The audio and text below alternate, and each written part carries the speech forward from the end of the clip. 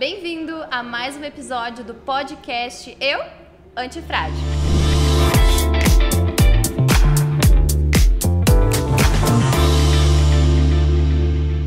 E hoje eu tenho a alegria de ter aqui comigo a Larissa Lorentz, psicóloga, especialista em avaliação psicológica e também criadora do e-book Adeus Culpa Materna. Bem-vinda, Larissa. Obrigada, é um prazer estar aqui com vocês hoje e poder conversar um pouco com leveza, né? Sobre assuntos que às vezes são delicados na nossa vida, né, Bibiana? Verdade. E hoje eu queria conversar contigo sobre um assunto que a gente não fala tanto assim na nossa vida, no nosso dia a dia, que é o poder da compaixão. Onde está essa compaixão? Como que a gente pode vivenciar ela e que poder que ela tem? A compaixão é muito bonito na teoria, né? É uma palavra linda. É lindo, ainda mais agora, né? A gente está vivendo uma guerra. Então a gente olha para as notícias e tem uma compaixão. Só que às vezes ela é superficial, né? Porque eu consigo ter uma compaixão por alguém que está sofrendo lá na guerra. Mas eu atravesso a rua e eu vejo alguém sofrendo do meu lado e aquilo não me toca. Então o que realmente é compaixão? E como a gente pode viver ela com amor ao próximo, né? De uma forma humana. Porque a gente está perdendo um pouco essa humanidade. Em prol de olhar muito para o nosso umbigo, para a nossa dor, a gente anula todo um sofrimento que tem ao nosso redor. E qual que é a diferença de empatia e compaixão? Porque hoje a gente escuta mais empatia, vamos ter empatia, vamos ter empatia. Mas também tem a compaixão. E qual seria a diferença entre elas? Eu acredito que elas andam muito juntos, né? Empatia é a capacidade de me colocar no lugar do outro, de perceber, ele tá triste, eu entendo sua dor. E eu vejo a compaixão como, o que é que eu vou fazer com essa empatia? Então, eu tô percebendo sua dor, eu sinto ela, mas eu também me coloco. Eu tento ajudar, eu tento trazer, de alguma forma, uma resolução para aquilo que você está vivendo. Eu não fico aqui só, coitadinho. Não, eu sei da sua dor e eu estou aqui. Vamos, vou te ajudar. O que é que eu posso fazer por você? Eu acho que é um transcender, né? Que a gente tanto fala. A gente conseguir fazer para o outro. Não só olhar e falar, coitado. É eu me envolver com essa dor. E aí, me remete também o e-book que você criou. Adeus Culpa Materna. E a gente vê muito hoje as pessoas falando, vamos ter empatia pelas mães, vamos ter empatia pelo que ela está vivendo.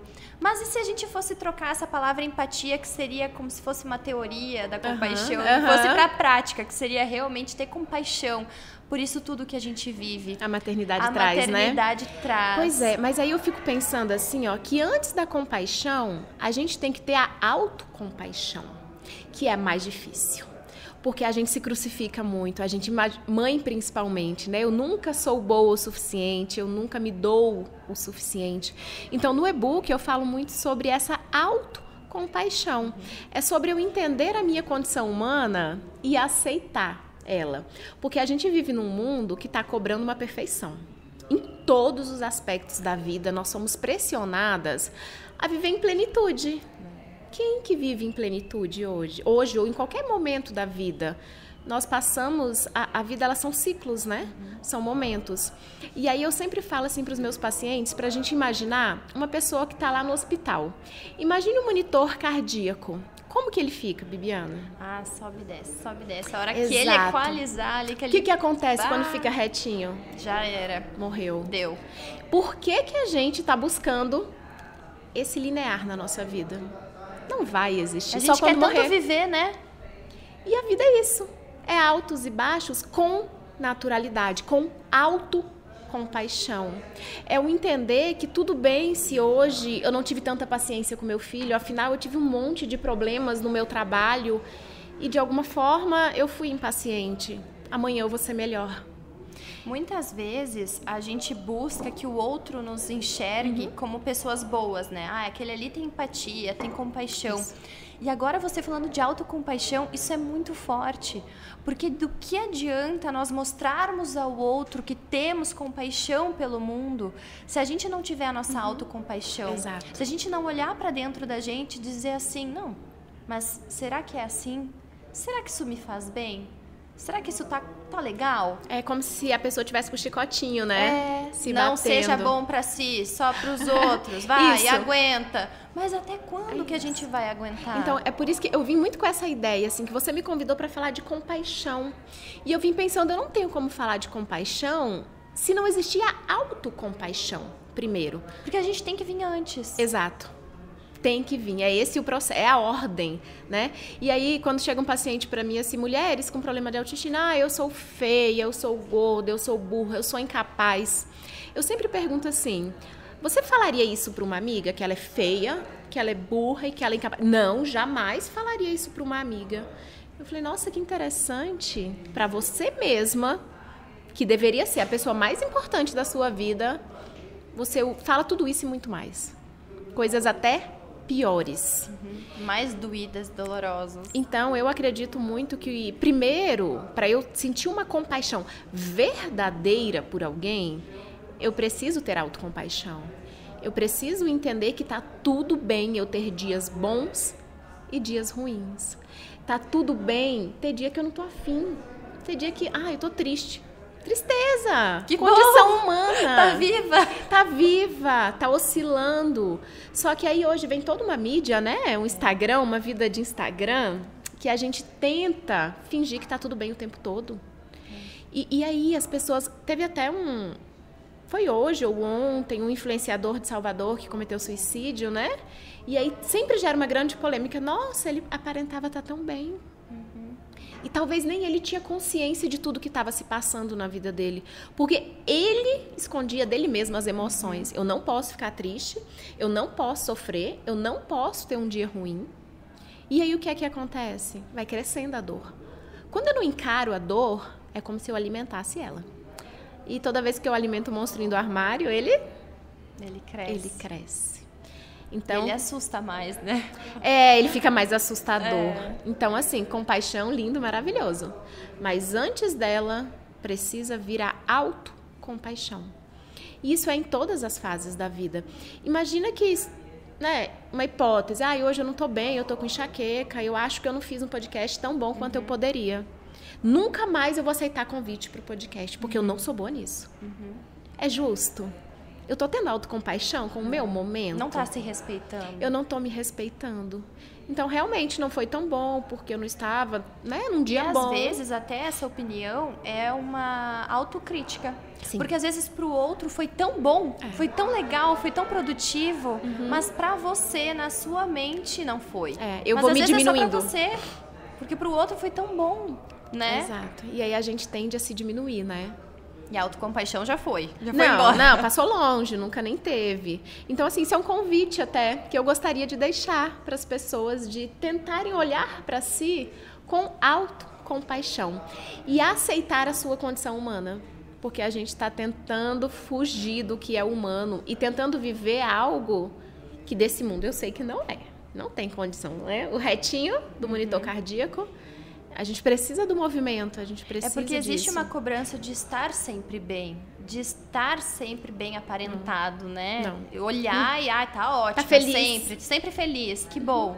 Esse casamento não tem problema. Essa é a família perfeita. E aí a gente começa a ter até conflito na família, né? Nossa, todo mundo acha que meu marido é perfeito, mas dentro de casa... O meu filho é um anjo lá fora, mas... Dentro de casa ele toca o terror. Porque a gente está vivendo num mundo de aparências. Porque pra fora tem que parecer que tá tudo 100%. É claro que a gente não vai abrir, né, a nossa vida para o mundo externo. Mas a gente precisa ser fiel com a gente mesmo. E é disso que a gente se enche. Por que tantas pessoas hoje reclamam de um vazio existencial? Porque elas não estão vivendo aquilo que é real. Elas estão vivendo o que o outro imagina que ela devia viver. Ou que desejaria ver, né? E aí tem uma frase que eu gosto muito, que ela fala assim, que comparação é ladrão de felicidade. Toda vez que eu me comparo, eu tô roubando um pouquinho da minha alegria. Porque assim, eu tô achando muito bonita a minha roupa hoje. Adoro verde, mas eu olhei pra você, mas eu acho que o azul é mais bonito. E aí eu já começo a não gostar do meu verde. Por quê? Eu tô querendo comparar. Então, comparação é ladrão de felicidade e faz um estrago muito grande na vida das pessoas. Porque deixa de olhar pro que você tem de melhor, né? Você se esquece de quem você é, do que você tem de melhor, do que você pode agregar ao mundo. Exato. E olha só pro que te falta, né? Pro que te falta. Eu penso muito sempre isso, né? Tem aquela historinha, né? Que o copo tá meio cheio. Ele tá meio cheio... Ou meio vazio. Ou meio vazio, né? Tá faltando completar ou você já tem? E aí, tem os dois lados da moeda, esse pensamento, né? Mas quando você olha pro que você já tem e você é grato por aquilo, você alivia a carga. Mas quando tu tem e não tá cheio, mas não tá cheio, tu gera um peso naquilo. E às vezes o não tá cheio nem é algo que você queria. Nem é algo que vai fazer diferença na sua vida. Né? Que você olha para a vida do outro e começa a desejar algo que não tem sentido, por isso o vazio. Porque a gente só se preenche com coisas que fazem sentido para você. Então, assim, se eu viver nesse mundo aleatório, no mundo do outro, nunca eu vou estar feliz. E aí a gente vê muito isso em jovens no vestibular. Eu vou fazer para agradar minha mãe, eu vou fazer medicina porque está na moda, eu vou fazer isso porque dá dinheiro. Mas não é o que realmente faz sentido na vida daquela pessoa. E ser bem-sucedido, que entra muito isso nessa fase da faculdade, né? De decidir o que vai fazer na vida. Ser bem-sucedido não é apenas o quanto você ganha. Não. Mas é o que você faz da sua vida no dia a dia. Porque tem até uma frase que me lembrei agora, que veio muito à minha mente quando eu estava dirigindo esses tempos, que foi: a beleza não mora na chegada, ela mora no caminho. Eu estava dirigindo e pensando, né? A beleza não mora na chegada, mora no caminho. E isso é muito real. Porque se você esperar para ser feliz lá, quando você chegar, não vai. É no caminho, é no dia a dia, é no caminhar, e a no gente viver. associa a felicidade a grandes conquistas, né? Quando eu me formar, eu vou ser feliz. Quando eu me casar, quando eu mudar de casa, quando eu tiver tal carro, eu vou ser feliz. E aí é isso, a gente esquece desse processo. E é no processo. É aí que está o divertido. Tem outra frase também que ela fala assim, que você percebe que fracassou quando a louça mais bonita é para visita e não para a família. Isso é verdade. Porque o que mais importa? É a visita ou é você e sua família usarem a louça que é sua, né? Que você comprou, que você ganhou de presente de casamento. Quando o outro chega tem que ser perfeito, né? Tem que estar aquela mesa exemplar, mas no dia a dia de qualquer jeito. Então por que não pode ser bonito para eu me sentir bem, não para eu ostentar? E é a vida de aparências que a gente falava, que não tá, né? Hoje em dia muito mais nas redes sociais, mas ela tá também. Quando tu decide algo assim, né? De fazer mais ou menos pros de casa. E quando chega a visita é aquele banquete. Exato. Né? Pra aparentar algo, que não é. E o que é que tem sentido? O que é que vai te preencher? O que a gente precisa resgatar? É isso. E assim, esse vazio existencial. Gente, isso virou uma epidemia, né? E é muito importante você conhecer o que faz sentido pra você. Não é porque cabelo preto tá na moda que eu vou pintar o meu de preto. Eu não combino de preto, eu sou loira. Tá tudo bem, você é linda de cabelo preto. Mas é a gente não ficar tentando entrar em modinhas. É a gente entender quem eu sou, o que é que cabe na minha vida e o que é que me faz feliz. O que você é, o que cabe na sua vida e o que te faz feliz é unicamente seu. É intransferível. Felicidade é intransferível. Então, é o processo de olhar para dentro e entender o que eu realmente quero. E olhar pra dentro é autocompaixão. É autocompaixão. Né? É se amar, é se olhar com carinho, com respeito. Se respeitar. Até os dias ruins. Até as atitudes não tão boas que a gente tem, porque a gente é humano. A gente está num processo de aprendizagem. O ser humano a gente está aprendendo o tempo todo, né? A gente tem os picos de aprendizagem, que são algumas idades específicas, mas a gente está em constante aprendizagem, se a gente se permitir. E quanto mais quiser, né, crescer e realmente abrir para o conhecimento, mais autoconhecimento você vai ter, né? E aí você consegue exercer a compaixão. Quando você se respeita. Como que eu vou respeitar alguém que está triste se eu não consigo respeitar a minha tristeza? Se eu não aceito a minha tristeza, eu vou aceitar a sua? Nunca. Eu, como empresária, se uma funcionária minha estiver triste e não estiver produzindo bem, você acha que eu vou conseguir ter compaixão com ela? Se eu me obrigo a produzir horrores estando bem ou estando mal? Não vou ter compaixão. Então, o processo é inverso. É dar um passo para trás, olha para dentro, cria essa base. Criar não, encontrar, porque ela existe, né? É a questão realmente de você encontrar. E aí você consegue projetar. acho que também uma coisa que me vem à mente é o seguinte: muitas vezes a gente quer ser reconhecido pelos outros, né? E aí a gente busca por atitudes e por escolhas que façam com que o outro enxergue algo que a gente fez que foi legal. Então, por exemplo, como você comentou da funcionária. Ah, se eu tiver compaixão pela funcionária, então o outro vai enxergar que eu tive compaixão, então eu fui uma pessoa legal, show de bola. Mas isso é aparência. Não mantém. Isso é pro outro. Mas se eu, num dia triste, eu olhar pra dentro de mim e eu reconhecer, eu não tô legal, vou me respeitar, amanhã eu faço, amanhã eu decido, amanhã eu penso, isso vale muito mais do que o outro dizer ou do outro achar que você tem compaixão. E aí vem a teoria que a gente fala das crianças, né? A gente ensina pelo exemplo. É o exemplo. A gente precisa mostrar. Ninguém vai lembrar do que você falou. As pessoas vão lembrar de como você fez elas se sentirem. E não precisa provar para os outros também. Se uma você pessoa, tiver... uma pessoa que está bem com ela mesma, não tem necessidade de provar nada para ninguém. Em paz. Tá tudo bem. Gostou? Ótimo. Não gostou? Tá tudo bem. Tem quem goste. Então, assim, eu acho que é essa leveza que a gente está precisando trazer para nossa vida, sabe? De dar menos peso para algumas coisas. Não, isso aqui, tô feliz assim. E não dá muita satisfação. Eu acho que isso acomoda as emoções dentro da gente, né? Porque quando eu vivo tentando provar, tentando mostrar... Ser validado, né? É cansativo. É exaustivo. Sabe aquela pessoa que vive cansada? Às vezes ela não está sendo ela mesma em ambiente nenhum. Ela está sempre com aquela máscara. Sempre tentando manter a postura. Ela nunca relaxa. Tentando ser para os outros, mas esqueceu de ser para si mesmo. Ser para si mesmo, exatamente. E aí o vazio toma de conta, né? E tu vê, né? A gente vive tudo isso e esquece de validar e dar um nome. E acho que hoje a gente pode dar um nome para tudo isso, que seria essa autocompaixão realmente, né? Que as pessoas consigam olhar para esse termo, para essa palavra e consigam identificar onde ela está no seu dia a dia. Que é se respeitar, que é não dar tanta satisfação, que é buscar viver a sua verdade. Isso. Com leveza, o que tá bom para mim, será que eu tô me assim, respeitando? Você sabe uma coisa que eu falo muito meus pacientes? Por muito tempo a gente trabalhou a autoestima. A autoestima é muito bom, é muito legal. Porém, a autoestima é sempre comparado com o outro.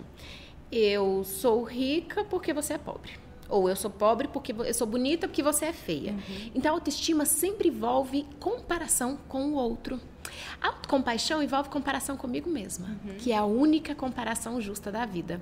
Então, eu estou bonita porque eu já tive uma fase mais feinha. Eu tô rica porque eu já fui mais pobre. Então, é uma comparação justa com o que eu já fui, com o que eu sou. E é a comparação que realmente vai agregar na tua vida. Isso. Que vai fazer a diferença. Que não importa. Eu tenho uma história, você tem outra. Não tem como comparar. São mundos distintos. Até irmãos vivem mundos distintos. Porque cada filho vem num momento da vida diferente do pai. Né? Os pais falam muito, eu dei a mesma educação. Você deu os mesmos princípios morais, éticos.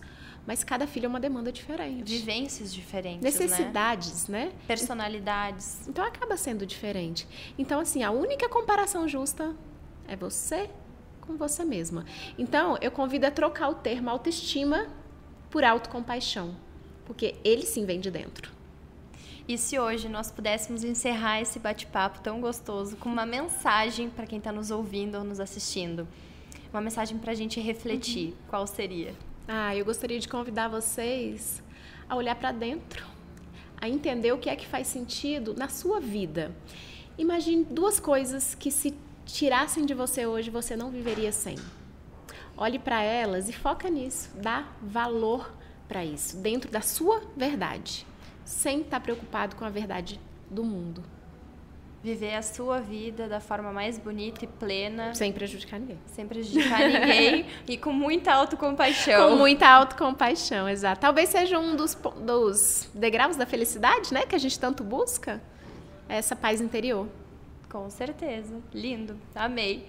Espero que você que nos ouviu ou nos assistiu hoje também tenha gostado muito desse bate-papo, tenha sido muito produtivo para você e que você também desperte o seu eu antifrágil. Até mais!